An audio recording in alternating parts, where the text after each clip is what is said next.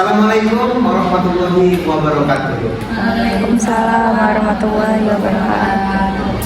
Alhamdulillah, pada pagi hari yang cerah ini kita masih diberikan kesempatan untuk berkumpul di majelis ilmu ini, tidak lain dan tidak bukan untuk menghidupkan dialek intelektual yang semoga apa yang sedang kita proses ini merupakan investasi jangka panjang yang akan memberikan jawaban serta menjawab tantangan di masa yang akan datang.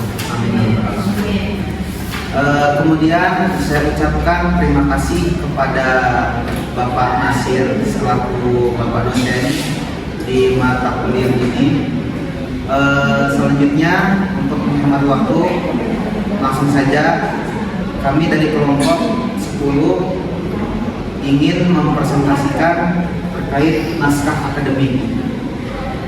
Izinkan untuk kami memperkenalkan diri. Kenalkan, nama saya Muhammad Akbar Ramadan. Kenalkan, nama saya Nadia Tulisa. Nama saya Fedia. Nama saya Rizkawati.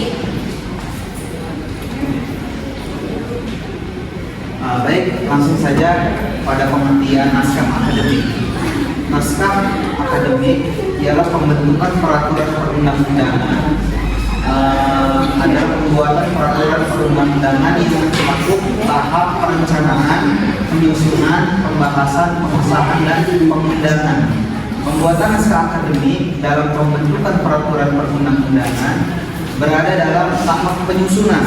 Naskah akademik adalah naskah hasil penelitian atau pengkajian hukum dan hasil penelitian lainnya terhadap suatu masalah tertentu yang dapat dipertanggungjawabkan secara ilmiah mengenai peraturan masalah tersebut dalam suatu rancangan undang-undang. Rancangan peraturan daerah provinsi atau peraturan daerah kabupaten kota sebagai solusi terhadap permasalahan dan kebutuhan hukum di masyarakat. Selanjutnya, pembuatan naskah akademik bertujuan untuk memudahkan pengambil kebijakan dalam menentukan kebijakan, memudahkan perencanaan, memudahkan legal drafter dalam merumuskan norma-norma peraturan yang akan dibuat, dan sebagai bahan yang menunjukkan bahwa peraturan yang akan dibuat sudah memiliki kesiapan karena didukung dengan kajian dan data serta informasi yang memadai. Selanjutnya ada ciri-ciri naskah akademik. Yang pertama, berbasis penelitian. Naskah akademik disusun berdasarkan penelitian yang sistematis dan metodologis. Selanjutnya, menggunakan metode ilmiah. Naskah akademik menggunakan metode ilmiah yang tepat dan dapat dipertanggungjawabkan. Yang ketiga, data dan informasi akurat. Naskah akademik menyajikan data dan informasi yang akurat dan relevan. Kemudian bahasa yang jelas dan objektif. Selanjutnya, struktur dan format yang baku. Yang terakhir, penggunaan sumber yang tepat. Jadi naskah akademik menggunakan sumber yang relevan dan mengutip sumber dengan benar. Oke. Selanjutnya akan dilanjutkan oleh rekan saya.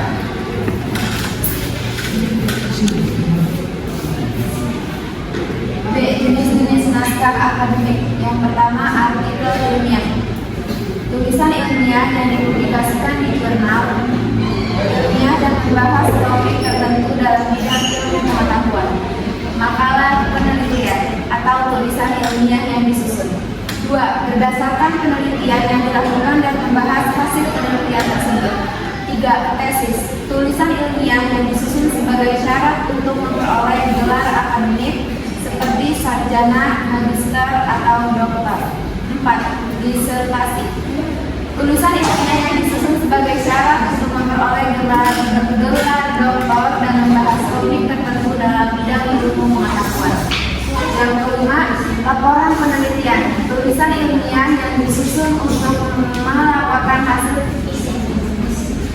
penelitian yang dilakukan dan membahas temuan-temuan penelitian tersebut. 6. Buku ilmiah. Tulisan ilmiah yang disusun dalam bentuk buku dan membahas topik tertentu dalam bidang ilmu pengetahuan. 7. Bab buku. Tulisan ilmiah yang disusun sebagai bagian dari buku ilmiah dan membahas topik tertentu dalam Prosidi konversi.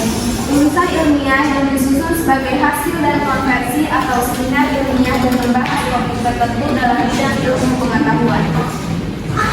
9. Skripsi. Tulisan ilmiah yang disusun sebagai syarat untuk memperoleh gelar sarjana dan membahas topik tertentu dalam bidang ilmu pengetahuan.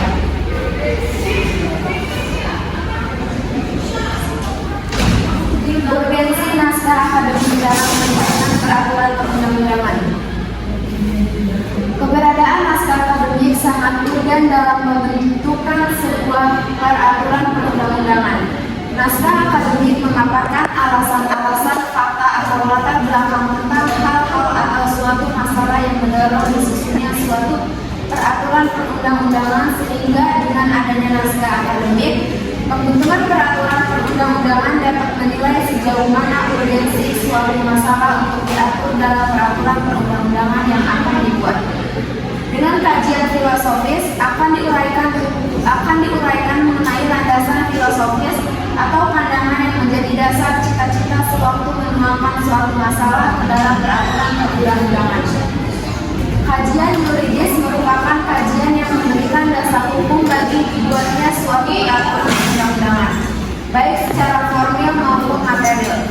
Mengingat dalam bagian ini, kajian mengenai landasan hukum yang berasal dari peraturan perundang-undangan lain untuk memberikan kewenangan bagi suatu instansi membuat suatu aturan dan dasar hukum untuk mengatur permasalahan objek akan dituangkan dalam peraturan.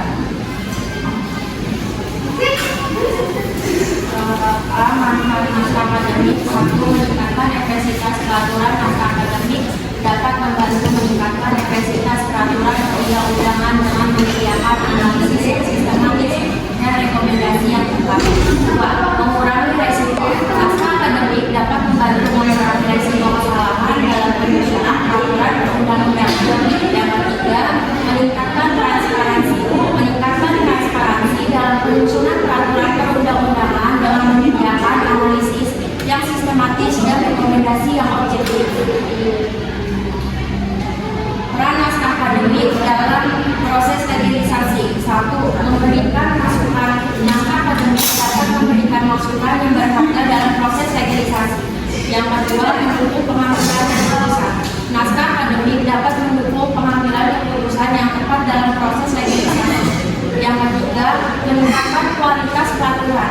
Naskah akademik dapat meningkatkan kualitas peraturan perundang-undangan yang dihasilkan melalui proses kaderisasi.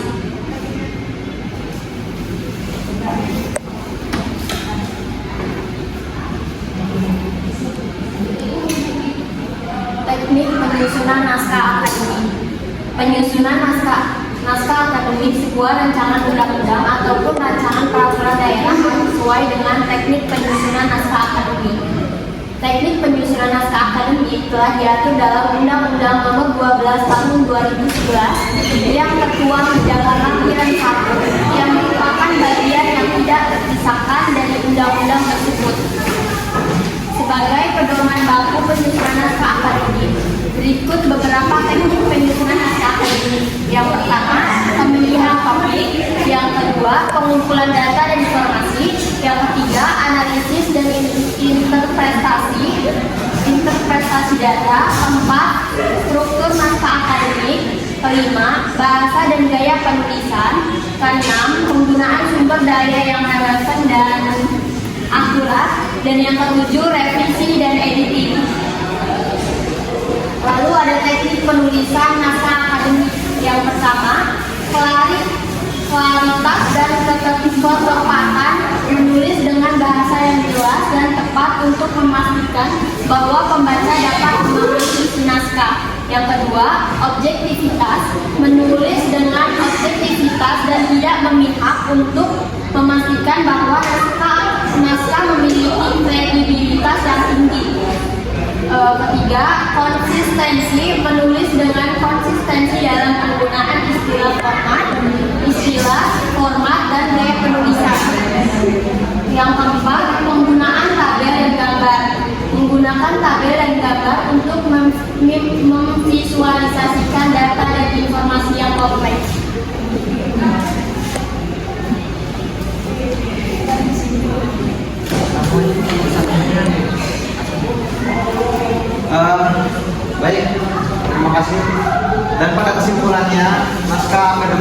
dosen ilmiah yang sistematis dan metodologis yang bertujuan mempresentasikan hasil penelitian dan analisis kepada komunitas akademik.